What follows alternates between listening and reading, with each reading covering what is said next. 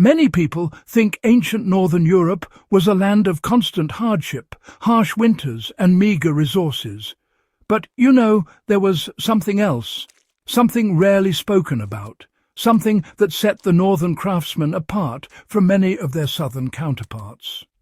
They had a way of taking soft, vulnerable wood and making it behave like stone. Not metaphorically. The wood hardened to a degree that resisted rot, resisted blades, and endured generations of use.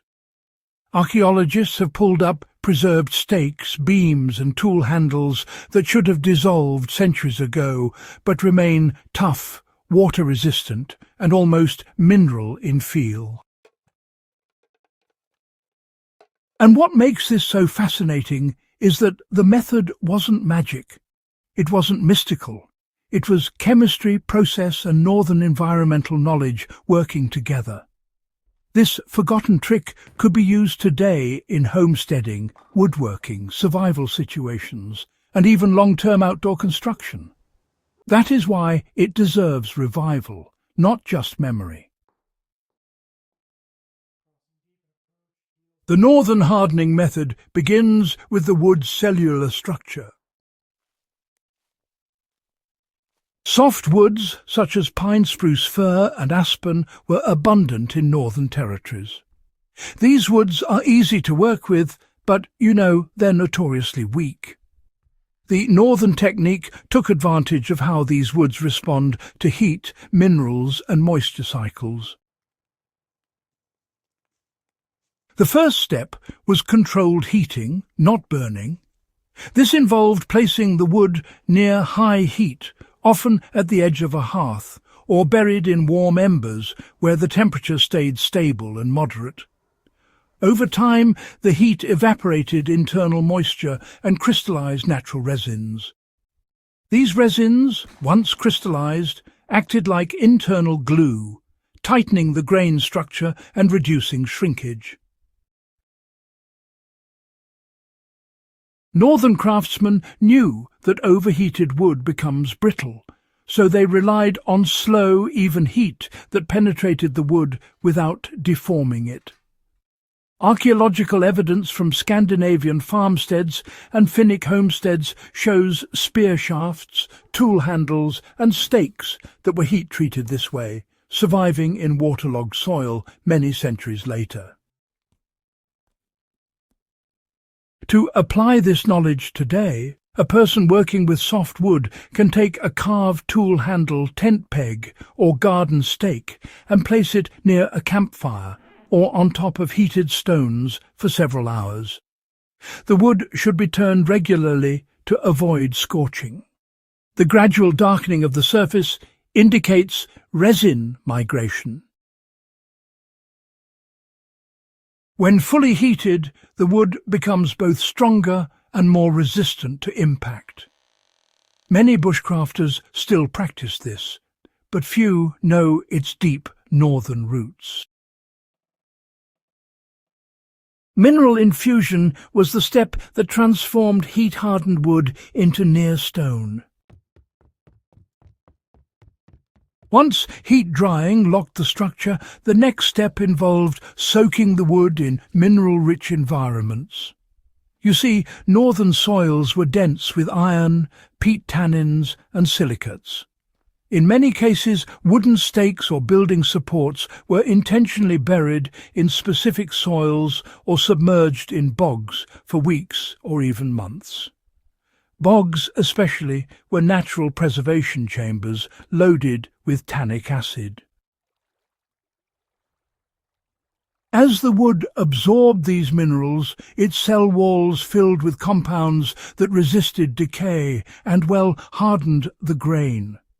The result was a material that behaved more like composite stone than untreated wood.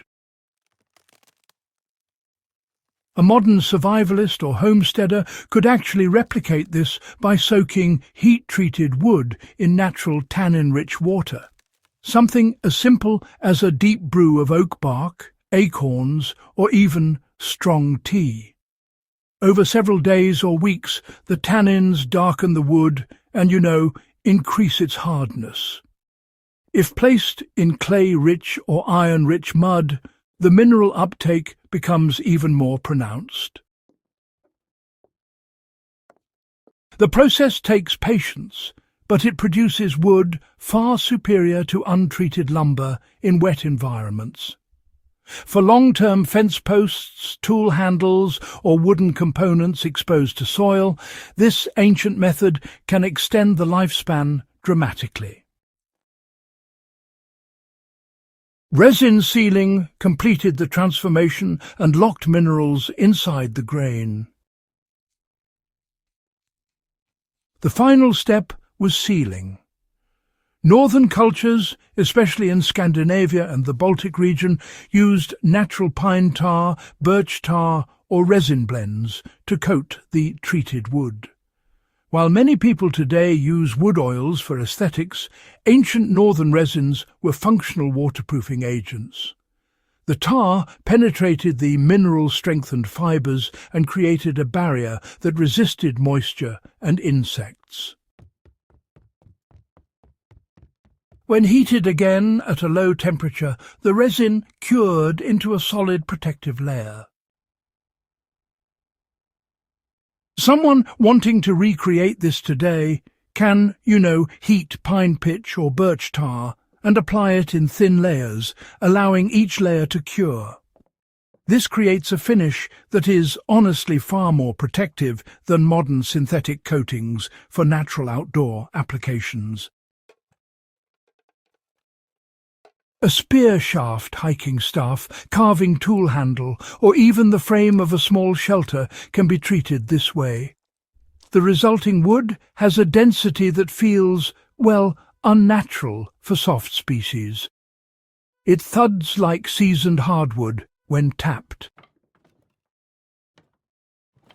The practical uses today, they really do mirror the ancient needs of northern settlers. Northern people were not performing a novelty. They were addressing survival. Wood that resisted rot meant homes that stayed standing and tools that lasted. In frontier conditions, every failure was costly. Outdoor homesteaders today can use the same method when building structures that cannot rely on constant maintenance. A person building a primitive shelter, an outdoor shed, or long-lasting stakes for gardening can heat-harden softwood, soak it in tannins or mineral-rich mud, then seal it with pitch. The finished product will last years longer than untreated pine or fir. In areas where hardwood is scarce or expensive, this method becomes even more valuable. With nothing more than heat, water, soil and resin, softwood gains new life. It is one of the most sustainable techniques still accessible to anyone willing to learn. This forgotten northern trick deserves revival because, it really connects technique with heritage. Crafting wood this way isn't just functional. It actually carries forward the knowledge of ancestors who adapted to a difficult world using keen observation rather than, industrial chemical treatments. Every preserved beam, every waterlogged spear shaft uncovered by archaeologists honestly speaks to a method that worked. And, remarkably, it still works exactly the same today.